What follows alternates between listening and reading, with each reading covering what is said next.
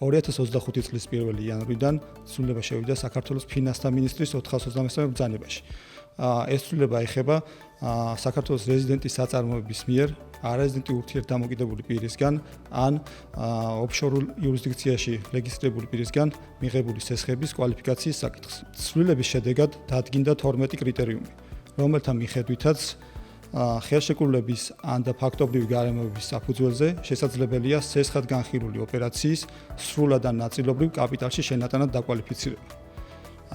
ოპერაციის ან მისი ნაწილის კვალიფიკაციის შეცვლა შესაძლებელია თუ 12 კრიტერიუმიდან კმაყოფილდება მინიმუმ 3 და მათ შორის ერთ-ერთი აუცილებლად უნდა ეხებოდეს სესხის გადახდის შესაძლებლობას ან სესხებლის კაპიტალის სტრუქტურას. თუ სესხად განხილული ოპერაცია სრულად ან ნაწილობრივ კაპიტალში შენატანად დაკვალიფიცირდა, ასეთ შემთხვევაში კაპიტალად დაკვალიფიცირებულ ნაწილზე დარიცხული და გადახდილი პროცენტები შესაძლოა საგადასახადო ორგანომ განიხილოს დივიდენდის განაწილებად, რაც იბეგრება მოგების გადასახადით და ასევე შესაძლოა დაიბეგროს გადახდის წყაროსთანაც.